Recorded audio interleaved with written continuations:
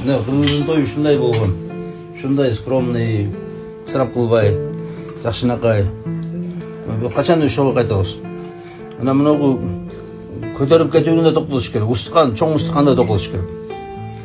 Устукан мына берден жегиле, анан мына жигиттерге бергиле болду. Баарын көтөрүп кетпей.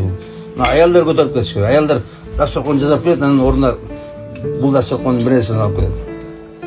Ушу салттуу бузбадык. Ошон үчүн биз кыйналып атабыз баарыбыз. 10 жыл, 15 жыл жүрүп үйлөнөм деп.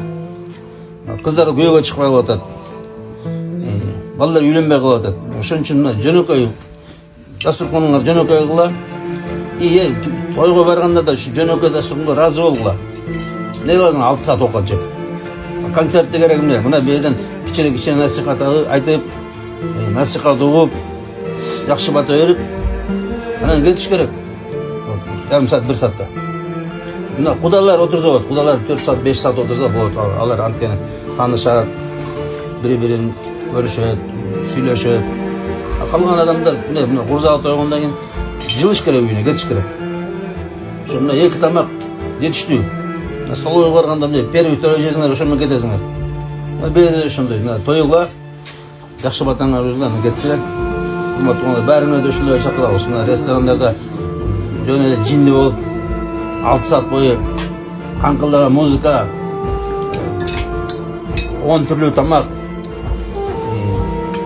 жанагындай оңкуган бийлер, ошонун баары токотуш керек. Ал биздин мусулмандын жолу эмес, биздин ата бабаларыбыздын жолу эмес. Эч качан кыргыз бийлеген эмес.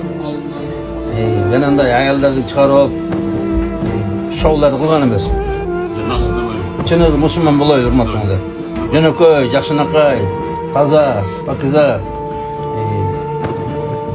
мындай хикматтуу, ошо келип жакшынакай сөздөрдү айтып, жакшынакай насихат айтып, жакшы батабыз берип анан кете беребиз. Мына ошо биздин тойдун эмеси, ошол мааниси. Ошо биз мына тууганыбызды азыр бир тууганыбызды куттуктаганы келдик. Анан өзүнүн азыр чайын ичип, анан Кудай буйрса, батабызды берип кетебиз да. Ассаламу алейкум ва рахматуллахи ва баракатух.